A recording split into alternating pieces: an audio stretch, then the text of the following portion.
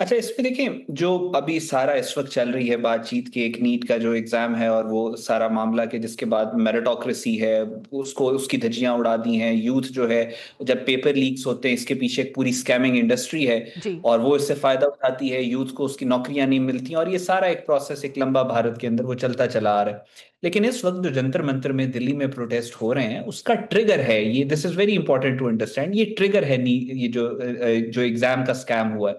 आप जंतर मंतर की अगर आप बात करें तो यहाँ पे मणिपुर से भी लोग आए हुए हैं जो कह रहे हैं कि पिछले 3 साल से मणिपुर जल रहा है और नरेंद्र मोदी इस पे कोई बात नहीं कर रहा। मैंने नागालैंड से भी लोगों के ग्रुप्स आते हुए देखे हैं दिल्ली के अंदर, जो हम्म। आके ये कह रहे हैं कि वहां पे आफ्स्पा का कानून आपने लगा के लोगों को कत्ल कर दिया और मोदी इस पे कुछ बोला नहीं।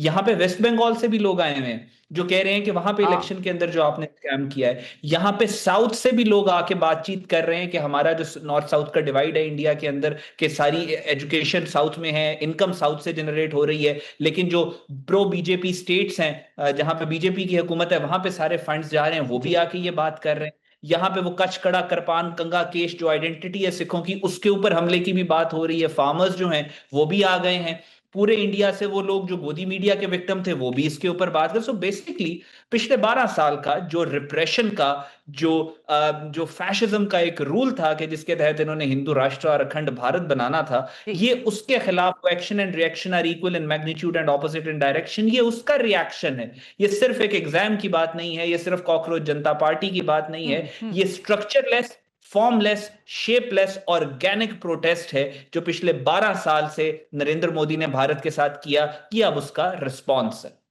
हसन, बड़ी अच्छी आपने नरेट की, क्योंकि आज जब हम पढ़ रहे थे इसकी हिस्ट्री चीजों की, तो हमें ज़रा ये सारी चीजें रिफ्लेक्ट कर रही। कंटिन्यू जी जी, कीजिएगा। मैं वही अर्ज कर जी मैं वही अर्ज करता कि डॉक्टर साहबा ने बड़ी खूबसूरती से सारा एक्सप्लेन किया है। ये यस। जो in fighting with in BJP चल रही है, मोहन भगवत ने मार्का हक के बाद, बुनियानुल मरसूस के बाद, सितंबर का मंथ था कि जब नरेंद्र मोदी तकरीबन 75 साल का हुआ था, तो बाकायदा तौर पे पार्लियामेंटेरियन से ये बातें करवाई थी कि अब ये 75 साल का हो गया। वाजपेयी को भी तभी इन्होंने निकाला था जब वो 75 साल का हुआ था, मोदी को छोड़ देना चाहिए। और पोजिशन कर रहे थे योगी आदित्यनाथ को। इस वक्त मोदी के इर्द गिर्द जितने भी लोग हैं, सारे अपने आप को प्राइम मिनिस्टरशिप का कंटेंडर समझते हैं। अमित शाह भी समझता है, राजनाथ सिंह भी समझता है, योगी आदित्यनाथ भी समझता है। और दूसरी बात यह कि इसमें उनके ऊपर प्रेशर भी बहुत ज्यादा है, इन फाइटिंग अंदर भी बहुत ज्यादा है। उसके साथ साथ ये जो सारे प्रोटेस्ट हो रहे हैं, डॉक्टर साहब ने बिल्कुल ठीक कहा है कि दुनिया में जब भी हुकूमतें चेंज हुई हैं, तो जिन प्रोटेस्ट की सूरत में चेंज हुई हैं, उन्होंने कोई ना कोई शेप एंड फॉर्म ली है। तो यहां पे ये जो भारतीय जनता पार्टी का, वो कहते हैं मेथड इन मैडनेस, तो यहां पे एक मेथड आपको नजर आना शुरू हो गया है इस सारे प्रोटेस्ट के अंदर। मिसाल के तौर पे दिल्ली के बाद ये प्रोटेस्ट ट्रांसफर हुए, जब हॉरिजॉन्टली ये बढ़ना शुरू हुए, तो सबसे पहले ये महाराष्ट्र में गए, वहां उस महाराष्ट्र के शहरों में हुए और शिवसेना में उद्धव ठाकरे और राज ठाकरे ने इनको ज्वाइन किया।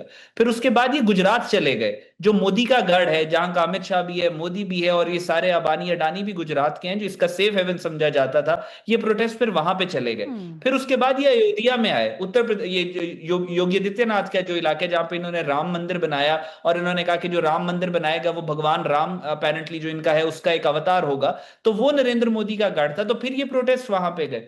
सो बहुत तेजी के साथ एक शेप और फॉर्म मुझे ये कॉकरोच जनता पार्टी के प्रोटेस्ट में नजर आ रही है। It's a long drawn battle, overnight कुछ नहीं होगा, लेकिन दिस इज, ये एक हकीकत है कि बैटल लाइंस ड्रॉ हो चुकी हैं, ना स्टूडेंट्स पीछे हटेंगे, और बीजेपी भी ओवर कमिट कर चुकी है, वो भी पीछे नहीं हट सकती। तो ये तसादुम होगा ही होगा, आज नहीं तो कल, नहीं तो चंद महीने के बाद।